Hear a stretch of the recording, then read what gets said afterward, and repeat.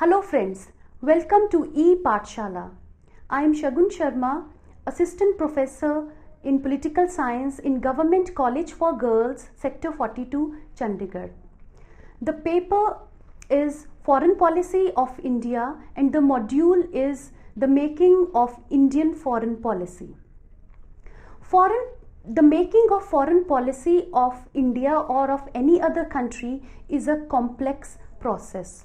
The formulation of a foreign policy requires certain determinants and principles.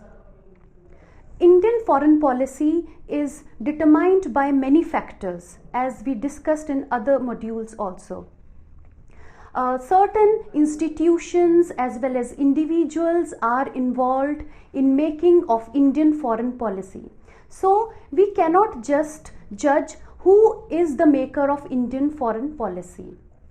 Moreover, foreign policy of India is also decided by certain other factors which we will soon discuss. The title of the module is Making of India's Foreign Policy. The making of foreign policy is a tough job. The extreme complex nature of collection, analysis, estimation and utilization of data makes this task more complex due to the unexpected increase in the means of communication and dissemination. This module will acquaint the readers with various organs and agencies involved in making of India's foreign policy.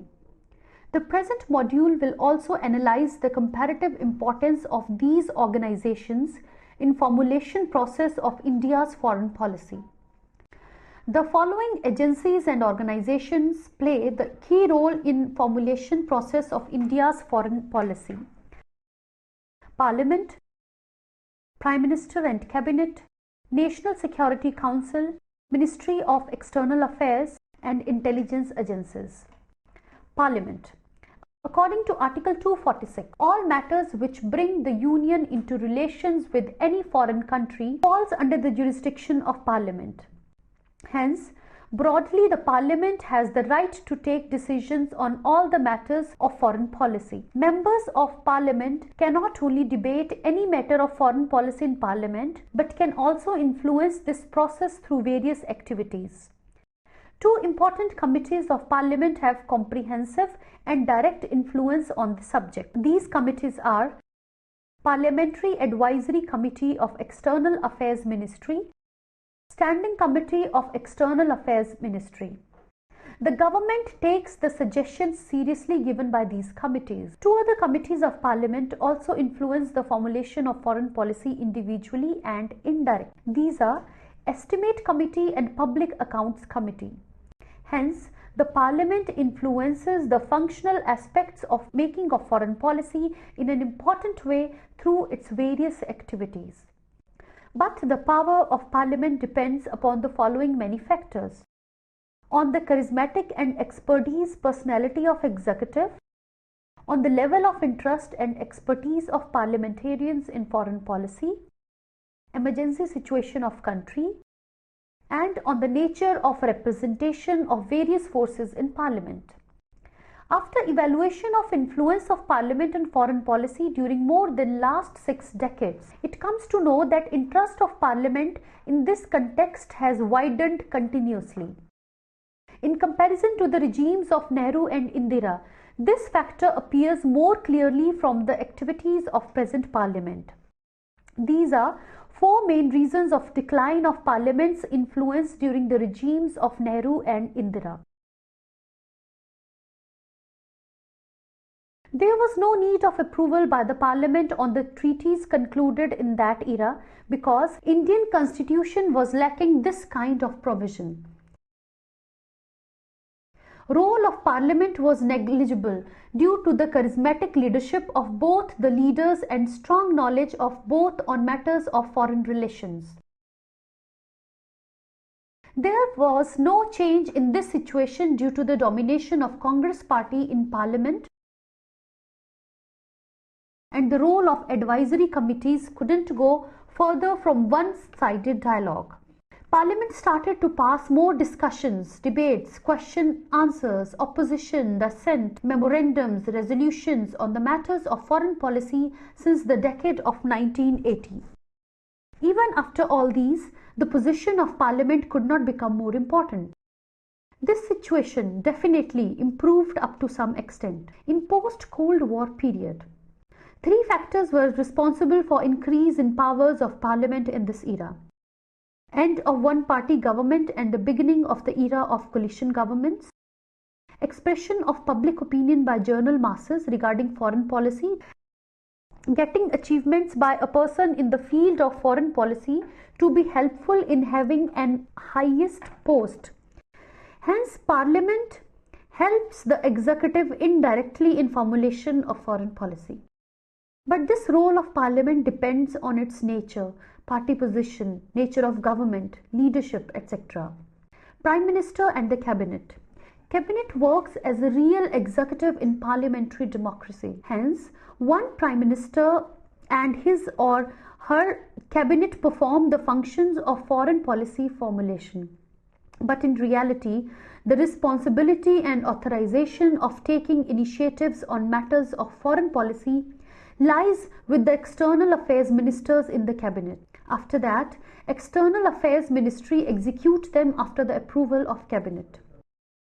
Prime Minister and other members of Cabinet interfere in it only in special circumstances. Theoretical position of Prime Minister and Cabinet seems to be very important, but it is not true in practice. Many matters of foreign policy slip from their control.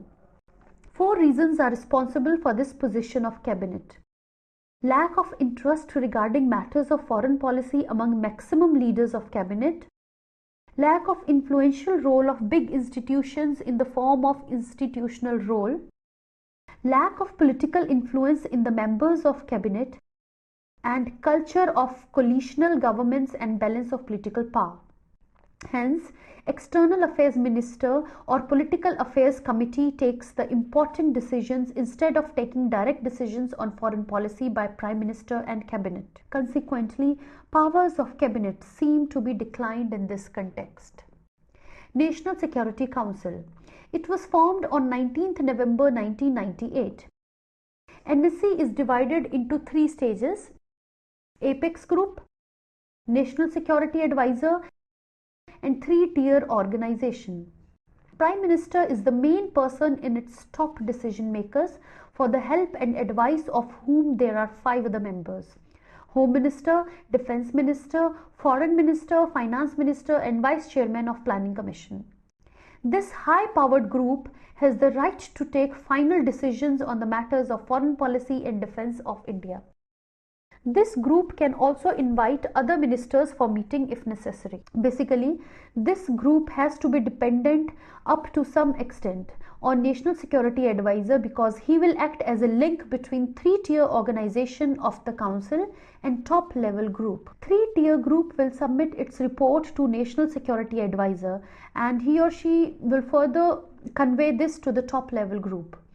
Five people have taken this responsibility of advisor from the beginning till date. These are Brijesh Mishra, M.K. Narayan, Shiv Shankar Menon, Ajit Kumar Doval. There are 17 members in the strategic policy group of three-tier organization. Besides the Secretary of Cabinet, chiefs of all three armed forces, Secretaries of Home, Defense, Finance, Foreign Secretary, Secretary of Defense Production, Revenue, Raw, Nuclear Energy Department, Scientific Advisor of Defense Minister, Governor of Reserve Bank, Secretary of Space, Chairman of Joint Intelligence Committee, Director of Intelligence Bureau, etc. are included in this strategic policy group. Beside this, any other official can be invited if necessary. The main function of this group is to review the strategic defense. Along this, it will present the outline of near future and long-term challenges of India's security and will provide suggestions for alternative policies to tackle them. The most important thing is that in present context, the same group is asked to develop a detailed system for nuclear direction and control under the review of India's defense.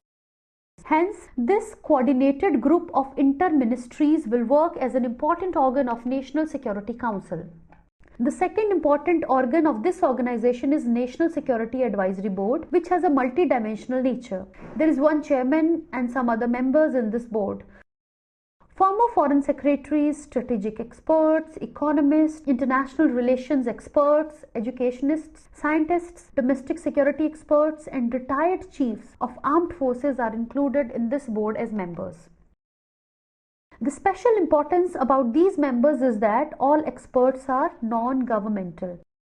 This board presents the methods and different alternatives to fight the challenges. Besides this, it provides assistance and advice time to time to the National Security Council on the issues directed by NSC. Other important organization is Secretariat, which has been assigned with the work of Joint Intelligence Committee. Through this organization, the efforts have been made to re-establish the Joint Intelligence Committee in its amended form. In this way, the establishment of top National Security Council, Security Advisor, and three-tier organization has been very useful. Now, a detailed and comprehensive analysis of foreign policy will be possible by this organization. Ministry of External Affairs. Ministry of External Affairs has the most important place in making of India's foreign policy. Its role is not limited up to the Secretariat only, but all the embassies and consulates in foreign countries are also the part of it. It is directly related with foreign policy formulation, and its diplomatic officials are selected accordingly.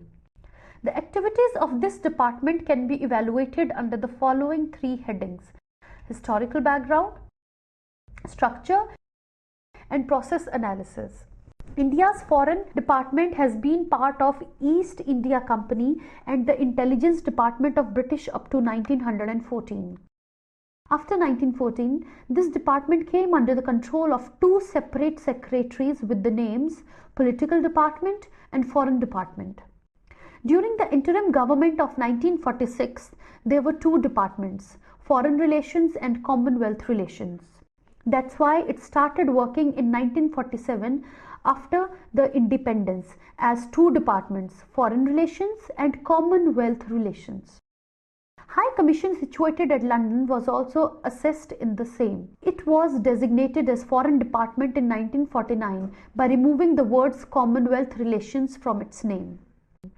Foreign Minister is the Chief Executive of Ministry of External Affairs.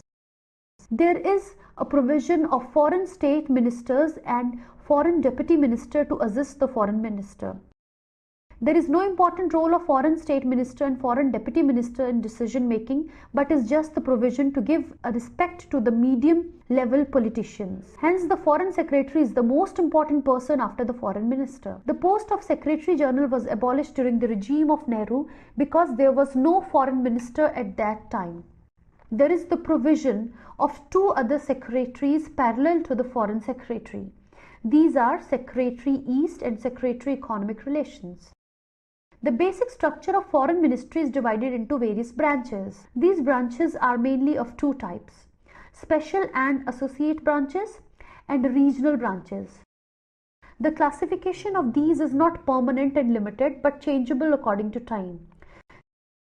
There are 18 special and associated branches and 23 regional branches in the Foreign Ministry these days. The Ministry of Foreign Affairs has established embassies in various countries to analyze the events occurred in foreign countries and to collect the information at international level. Finally, these embassies are responsible to execute the India's foreign policy effectively. Delhi-based ministry controls, supervises and administers these missions and keeps bilateral communications with them. In India, ministry has very important role and responsibility in relation to foreign policy. In fact, this is the only central point responsible for making the foreign policy.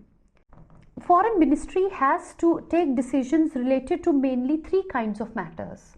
These are routine work in which there is nothing new to do, extremely disputed political matters, macro decisions on world affairs. First kind of functions are mostly the routine works related to internal functioning of the ministry, in which executive has a rare interference. Most of them are related to internal administration, which are hardly communicated to external affairs minister. Second kind of functions are associated with the regional environment of India and are related to the events happened in neighboring countries, which have direct or indirect bearing on the foreign policy of India. These matters are not limited to the jurisdiction of foreign ministry only. These issues have important place in foreign policy. Here the political executive prepares a structure on foreign policy and issues basic directions. Third kind of functions are of technical nature rather than political. In these, the functions related to outer world like disarmament, non-alignment, matters related to UN, etc. are included. Though these issues have no special importance for general masses, but these are very important for foreign policy. Hence, like the matters of second kind, political executive plays an important role in these matters also. Any decision taken will have a sound impact of foreign ministry because this ministry plays an important role even in making the approach of political executive about foreign policy. Even after the above important role, Harish Kapoor thinks that the role of foreign ministry in making of foreign policy has declined in the recent years. Three main reasons are responsible for this decline. These are as follows. Emergence and participation of other important institutions in the making of foreign policy is a reason of decline in the powers of foreign ministry. Indirect international information, globalization of Indian economy and participation of India in many world conflicts has definitely increased. Besides, the establishment of Prime Ministerial Secretariat has also declined the importance of foreign ministry. The personality of Prime Minister is the second important factor responsible for decline in the powers of foreign ministry. When Prime Minister is very powerful and takes interest in foreign affairs also, the position of ministry becomes weak. The last reason of decline in the powers of foreign ministry is its lack of general interest in the matters of foreign policy. Today, the interest in other fields is increasing rather than the political nature of foreign relations. As a result of this, the importance of other ministries like health, labor, etc. is directly increasing the foreign relations. The decline in above powers never means that foreign ministry has lost importance in foreign policy process. Contrary to this, the position of this ministry is still very respectful and graceful. Its most important reason is that anybody or any institution, howsoever, becomes powerful but cannot reduce its importance beyond a certain level. Hence, in the new world system, it seems on surface level that importance of India's foreign ministry is getting declined and the role and importance of other ministries and NGOs is increasing. But in reality, it is not the situation. Perhaps there is a decline in powers of ministry in traditional fields, but it has to face new challenges and consequently its role is widening. So, keeping in view the current scenario, the Indian government has to take more steps to develop and extend the role of foreign ministry. It has to establish new research wings so that foreign ministry can work with full vigilance and alertness to face the dynamic challenges. Intelligence agencies. In modern period, the intelligence department also plays an important role in foreign policy determination and process. The main function of a spy deputed for this purpose is to collect relevant political, military, social and economic data from various countries. These data may be helpful in making the foreign policy. This function of collecting the data is done by special agencies on the basis of direct and indirect information. India doesn't have the intelligence agencies like CIA of America and KGB of former Soviet Union, but some intelligence agencies are working in this field. The role of RAW is very important in Indian intelligence system. Whereas the role of Intelligence Bureau is related to the internal matters, the sole responsibility for external affairs is on RAW. After independence, the Indian leaders were not interested to make the intelligence system important. Even the opinion of Nehru in some early years about intelligence system was not so good. But the experience of some years has changed his opinion and he started taking interest in intelligence activities. The Chinese attack on India in 1962 opened the eyes of policymakers and underlined the importance of foreign intelligence system. This incident proved that neither bureaucracy nor military can provide the approach which an intelligence system can provide. In this way, the pressure on political leadership increased and it started to think in that way. Finally, the RAW was established on 1st October 1968 to conduct the intelligence activities in foreign countries. In the beginning, the office of RAW was opened in the south block of Central Secretariat. Early recruitments were made from the officers of Home Ministry. Later on, many officers were selected from other ministries, military, intelligence bureau, etc. But gradually, the dependence on other ministries was left and its own executive policies and rules were framed. In this way, giving the Foreign Intelligence Department a designation is a proof that political leadership now accepted the importance of intelligence system in foreign policy formulation. Though RAW became an important institution, but expenditure on it is very limited and less as compared to the expenditure in the developed countries. This institution collects the direct information on the basis of research and its links, but it collects indirect information through its outside network. After that, this institution evaluates the information and sends to the special persons who are decision makers. In this context, the center of its activity is the whole world, but it is more active in the areas where the special interests of India are concerned. For example, it plays an important role to influence the decisions related to South Asia. Besides this, RAW also plays an important role in executing the decisions. In this context, it has wide programs and keeps the special people involved in these functions, which proves to be helpful in executing the particular aspects of India's foreign policy. For example, it played an important role in Indo-Pak War of 1971 and birth of Bangladesh. As far as powers of RAW are concerned, these are very influential, but the new government in 1977 tried to check these powers as a result of misuse of these powers by RAW during emergency. But Harish Kapoor thinks that even after this episode, its powers are increasing gradually rather than decline due to three reasons. First, the organizational development of RAW has reached to the point that its officers not only have the information of the country where they are posted, but also have the details of various important international events. Besides this, it has experts of various subjects who draw conclusions after evaluation of different data and provide important help in policy making. Second, RAW is directed by the Prime Minister Secretariat.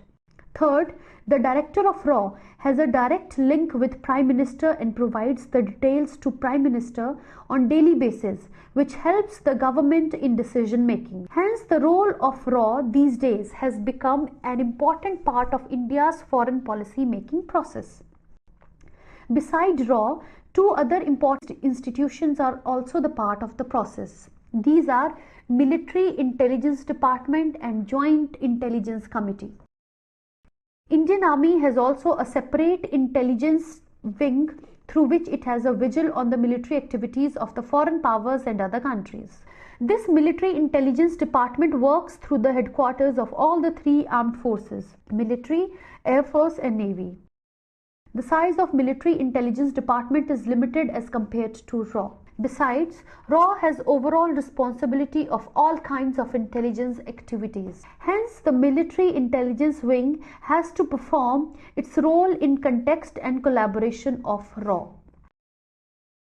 Joint Intelligence Committee also plays its role in making of foreign policy, but role of this organization never acquired a practical shape. Though this organization is in existence since 1948 and was restructured in 1965, but it was never equipped with means of intelligence execution and capable of long-term evaluations and estimations. After the formation of National Security Council, it is associated with NSC as an organ. In this new context, it will coordinate between Strategic Policy Group and National Security Advisory Board for execution of intelligence activities along with Secretariat. But as mentioned above, the meaningful role of this committee is still questionable. Hence, after the existence of various agencies and sub-agencies, RAW is the only organization for intelligence which plays an important role in formulation of India's foreign policy. Decision making and execution process. Beside the above organs of foreign policy making, there are many other elements in present information age which play important role. From this point of view, the role of media persons, thinkers, analysts and journalists cannot be denied due to the pressures of international environment and domestic circumstances. But from many angles, the role of independent judiciary cannot also be denied. For example, human rights, environment, etc. are the subjects where judiciary has played its role. Hence, the process of foreign policy making has become very complex. Along with the formulation process, foreign policy has to pass through various stages and means for execution. The decisions are presented by Prime Minister on his or her own or as per the directions of Cabinet Committee. Then these directions reach to the Foreign Ministry through Defence, Foreign or Home Minister, to Cabinet Secretary or Foreign Secretary or through the meeting of both. Finally, the Foreign Ministry make them executed through various embassies, high commissions and other missions. Criticisms. This process lacks the institutional development. In contemporary times, there are about 200 countries in the world and innumerable international organizations and authorities are working worldwide. In this situation, India has to interact with different nations and organizations on different issues at different levels. Any country makes its foreign policy through planned and institutional ways instead of emotional basis. The proper appointment, promotion and training of the people working in this process are also important because they perform the execution of the policies. The enough attention could not be paid towards this during Nehru regime because he was both Prime Minister as well as Foreign Minister and used to be extremely busy. Second, due to the inter-service conflict, jealousy, class discrimination, etc. of officers recruited in foreign services from various fields, everything has become hodgepodge. These officers were far away from necessary capabilities and responsibilities to perform diplomatic functions. There was the domination of ICS officers in foreign services during Nehru years, which continued even in later years also. Though the selection process through competition was established in 1949 and recruited persons were included in foreign services for the first time in 1951, but there remained the domination of ICS officers on top positions for a long time. Maharaja Ras Gotra of 1949 batch, recruited on the basis of competitive exams, could become Foreign Secretary only in 1982. In this way, the institutional development of foreign services has not been on proper basis. Another important weakness of the foreign policy making process has been the ad hoc policy of government in this regard.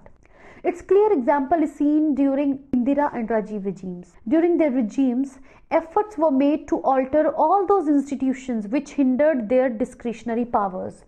Second, Indira Gandhi, due to her suspicious nature, tried to appoint the loyal persons on all top positions. That's why the PPRC related to Foreign Department established during Shastri regime was amended in the style that first DP Dhar and then G. Parthasarthi were appointed as the chairman of this committee along with the status of Minister of State, so that they can be in direct reach of Prime Minister.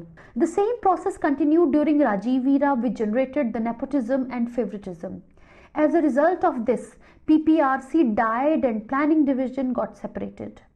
No improvements were seen in this even in later years. Its clear example is seen when Rajiv Gandhi asked to change Foreign Secretary during his press conference. Even in Chandrasekhar regime, Foreign Secretary S.K. Singh has to go from his post before the completion of his term because the newly appointed Prime Minister wanted any other person on this post. This policy of ad hocism encouraged the individual links conflict among ministers, and lack of team spirit and violation of planned development in foreign policy making.